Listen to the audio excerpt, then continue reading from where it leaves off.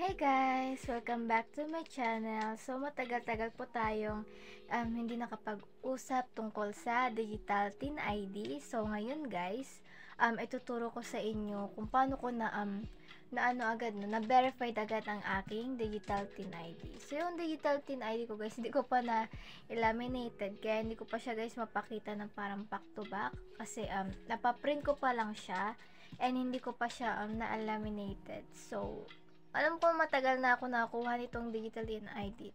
Kasi low budget tayo, kaya hindi ko pa siya na-laminated. So, ang iaano ko lang sa inyo guys kung paano ko nakuha ang aking Digital Tin ID.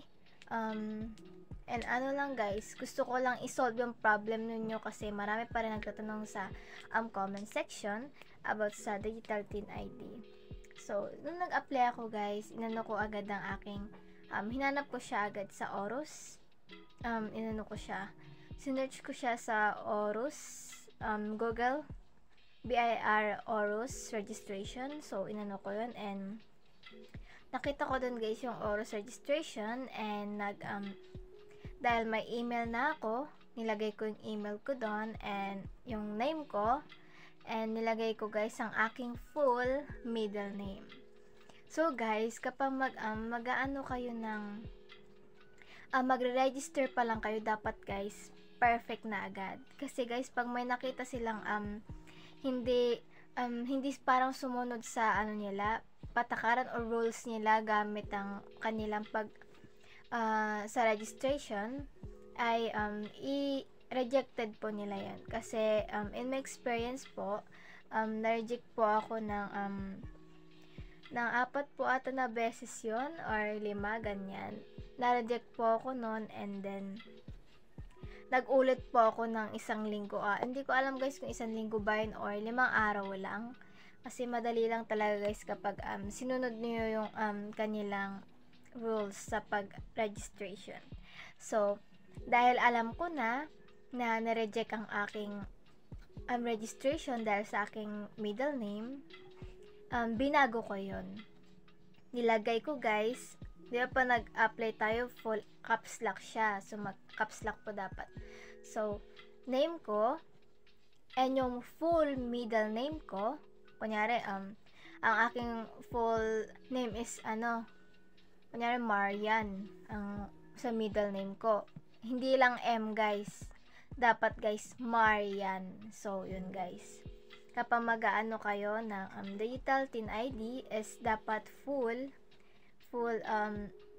middle name siya. So, yun. Katapos nun, full din syempre guys yung last name ninyo. So, kunyari, ang pangalan ko is 1, tapos yung ibig, pag nagdila, kunyari, yung dila na yun is, yun yung middle name ko. Ilalagay ko siya ng Dela.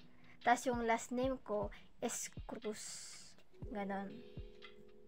So, dapat pa nag-registration po tayo sa Digital Tin ID is, full middle name. So, yun guys yung natutunan ko nung na-rejected ako guys ng 4 or 5 na beses sa Digital Tin ID.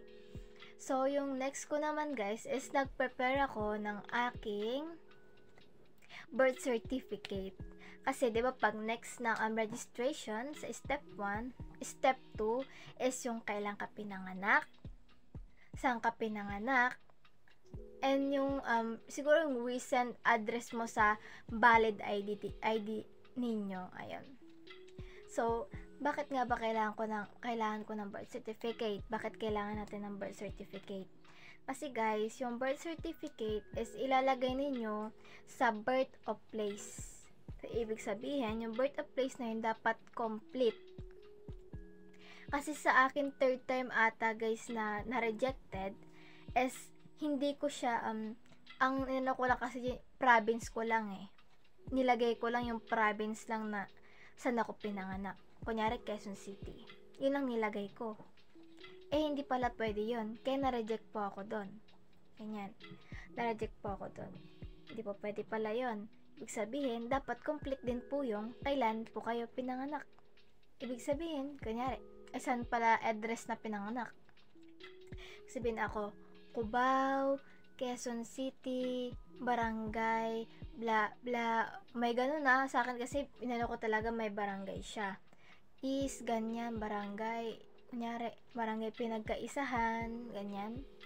Ayan, barangay pinagkaisahan, number ng pinagkaisahan na yon, pati yung, ayun, yung barangay ninyo, kailangan guys, kailangan guys, sa PSA ninyo, sa birth certificate ninyo, dapat guys is kompleto ang birth of place. Excuse me guys. Excuse me. So, yun. So, pagkatapos nun, is, ayun, step 3 na tayo. Next nyo lang yun guys, kasi kung miyembro may na naman pa tayo na kung may membro kayong pamilya na sa senators or representative na sa iba't ibang government, ayan, yes nyo lang yan. Pero pag wala, sa akin kasi wala, kaya ninaw ko. So, yun na. So, yung tip ko na sa inyo guys is step 1, kailangan ang middle name ninyo ay full name nung nasa gitna. Step 2, mag-prepare kayo ng birth certificate ninyo at saka yung valid ID ninyo. And kung ano yung nasa birthplace ninyo sa birth certificate ninyo, doon din niyo guys ilalagay sa birth of place na full. Kasi tignan nila yun guys sa valid ID ninyo makikita kasi yan, diba? Kahit na QR code pa yan, ini-scan talaga nila yan na para sabihin na ikaw yon, na legit, na ikaw ang nag-aano ng information mo, or mamaya hindi, diba? Rejected din yun guys. Kaya guys, mas maganda guys na pag mag-aano kayo, mag-register kayo, mas maganda na sarili nyong email. Yan guys, kailangan nyo ng email. Sarili nyo na syempre account sa yung register. And then ayun guys, ano pa ba dagdag ko sa sa panghuli is kailangan nyo guys ng picture. Sabihin, mag-wear po kayo ng mga ganito lang. Ayan, talagang kita lang na ganyan. Tapos ngingiti lang kayo with your valid ID. So guys, yung una kong binalid ID sa akin is birth certificate. Mismong check naman yun, okay naman yan.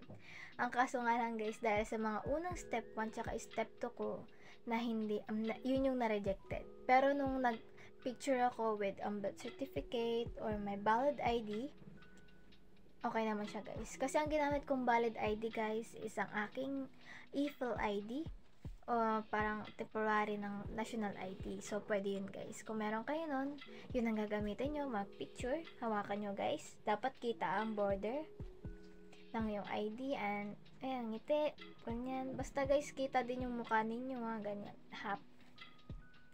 Kita lahat. So, pagkatapos yun is, ayun, picture nyo din guys yung sariling ID, no? Kasi may isa yan diba?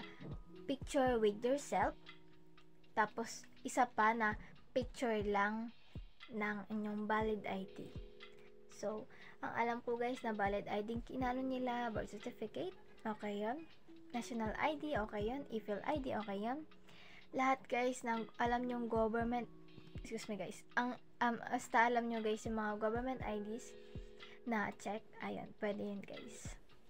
So, pagkatapos nun, next nyo na yan guys, diba? Kapag na-next na is, ikitignan nyo na lang guys kung tama sa simula, sa step 1, step 2, step 3, hanggang sa makikita nyo na guys yung fill up ninyo from the start, na okay na, ipasa nyo yun guys. I-click nyo na yun guys na agree, okay na yung information ko. Tapos maghihintay na lang kayo guys ng 3 days.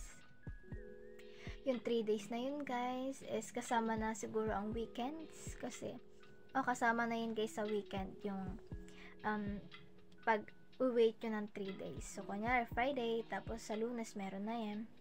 Pero depende kasi yan guys kasi sa dami ng nag-register, hindi na nila napapansin yung ibang nag-a-apply. So pag wala pa sigurong mga 1 week or a month, siguro ulitin nyo na lang ulit. Ganun. or check nyo palagi guys yung account ninyo, yung Oros account ninyo na create nyo. Baka dun sila mag-notification or sa email ninyo guys. Tignan nyo yan sa spam or sa primary inbox, ganyan sa email ninyo. May kita nyo yun guys. Sa akin kasi nung na-approve ng aking Digital Tin ID is nakita ko sa aking email. So yun. Wait kayo guys ng 3 days and ayun na. Malalaman nyo guys kung rejected ba ang yung registration or approved. So, nung na-approve na sa akin ng 3 days is nagkaroon na lang ako ng error tungkol sa BIR S1905. So, may tutorial ako dun guys kung may same problem kayo sa akin sa S1905 na BIR form. So, yun. Inalo ko lang naman yun. Sinend ko sa kanilang email. About nyo sa RDO ninyo. Yung RDO is which branch ng BIR ang meron sa inyo. So, sa akin kasi yung RDO ko sa Cubao, RDO 040 ata yun. Ayan. Sinend ko siya doon. Tapos, 1 day lang na may approve ng aking Digital Tin ID. Tapos, ayun, prinint ko na din siya in the same day. The same day din. Tapos, ayun, meron na akong guys ng Digital Tin ID. So guys, kapag kung sana naintindihan nyo yung sinabi ko kasi kung talagang interested kayo dito sa Tin ID or kung gusto nyo talaga makakuha ng Tin ID is mas maganda guys na tapusin nyo nga to hanggang dulo and pwede siyang i-share sa iba, di ba? Sa mga gusto talagang ma-approve agad. Kasi ang dami guys sa comment section na sinasabi na ganyan, may problema ako sa ganyan. Guys, hindi ko naman agad yun, di ba? Masagot nyo kasi iba-iba naman tayo ng sitwasyon. So, mas maganda guys na panoorin nyo na lang to hanggang dulo. So, that's it guys. Thank you for watching. Sana sagot kayo mga error problem nyo about sa Digital Tin ID. So, wait nyo na lang guys sa susunod na aking vlog ang iba pang mga tips or aking experience sa mga IDs or mga vlogs and anything. So, that's it guys. Thank you for watching. Bye!